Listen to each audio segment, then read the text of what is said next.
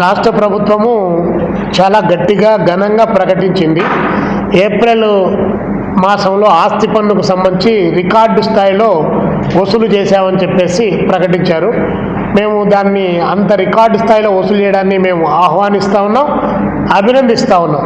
At that same time ఇంకా పన్నులు కట్టాలి, ప్రభుత్వానికి ఆదాయం రావాలంటే మరి ప్రభుత్వం సానుకూలంగా వ్యవహరిస్తూ ఏదైతే గతంలో వన్ టైం సెటిల్మెంట్ కింద డబ్బులు కట్టాల్సిన వాళ్ళు ఎవరైతే ఉన్నారో వాళ్లకు మరింత ఈ మే మాసం వరకు కూడా అవకాశం ఇస్తే మరిన్ని కోట్ల రూపాయలు ప్రభుత్వానికి ఆదాయం వస్తుంది.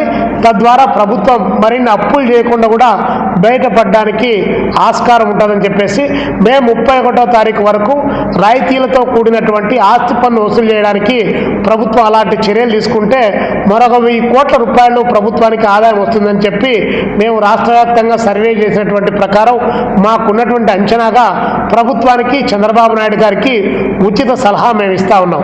సరే, మేము సలహాలు ఇస్తే చంద్రబాబు నాయుడు గారు పాటిస్తారనే దాంట్లో మేమేమి లేము, కానీ బట్ ప్రజల పక్షాన, వ్యాపారవేత్తలు వాణిజ్యవేత్తల పక్షాన, అదేవిధంగా ప్రజలందరి పక్షాన కూడా మేము చెప్పాల్సినటువంటి బాధ్యత ఉంది. కాబట్టి మా కార్యాలయానికి అనేక రకాలైనటువంటి విజ్ఞప్తులు వస్తున్నాయి కాబట్టి దీన్ని ప్రభుత్వం దృష్టికి మేము తీసుకొని వస్తా ఉన్నాం. కాబట్టి చంద్రబాబు నాయుడు గారు పాజిటివ్గా వ్యవహరించి మున్సిపల్ శాఖ మంత్రి పొంగూరు నారాయణ గారు కూడా దీనిపైన సానుకూలంగా స్పందించి మరొక మాసం టైం పెంచడం ద్వారా ప్రభుత్వానికి ఆదాయం వస్తుంది, మీకు కూడా మంచి జరుగుతుందని చెప్పేసి ఒక సలహా ఇస్తా ఉన్నాం.